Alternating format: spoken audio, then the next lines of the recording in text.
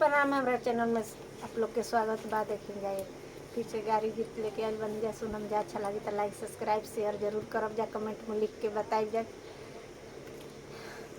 समधि साला हवे पगलेटावा पगलेटावा समधि साला हवे पगलेटावा पगलेटावा आ चौके पझर गइले पेटावा चौके पझर गइले पेटावा कतनो खियाई टबलेटावा टबलेटावा आटी के ना उनकर पेटावा कतनो खियाई टबलेटावा टबलेटावा तबो नाटी के उनकर पेटावा अगुआ साला हवे पगलेटावा पगलेटावा चौके पझर गइले पेटावा हाजी चौका का पझर गइले पेटावा पंडितावा हवे पगलेटावा पगलेटावा पोथिया बचत खुनी झर गइले पेटावा बेदवा